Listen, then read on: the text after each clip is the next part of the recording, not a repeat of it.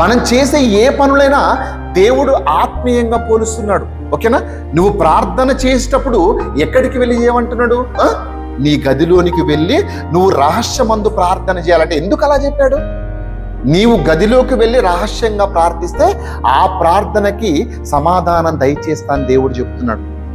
భక్తులు ఎలా ప్రార్థన చేశారండి? రహస్యమందు ప్రార్థనలు చేశారు. వారి ప్రార్థనలకి వెంటనే సమాధానం ఇచ్చాడు దేవుడు. ఈరోజు మరి సమాజంలో ఎక్కడ పడితే అక్కడ ప్రార్థన చేస్తలేరంటే నిలబడి రోడ్డు మీద చేసేస్తారు, బస్సులో చేసేస్తారు, ట్రైన్ దగ్గర చేసేస్తారు, వేది మూలలు చేసేస్తా ఉంటారు. ఎక్కడ పడితే అక్కడ చేస్తుంటే ఇది వాక్యం అంగీకరిస్తా?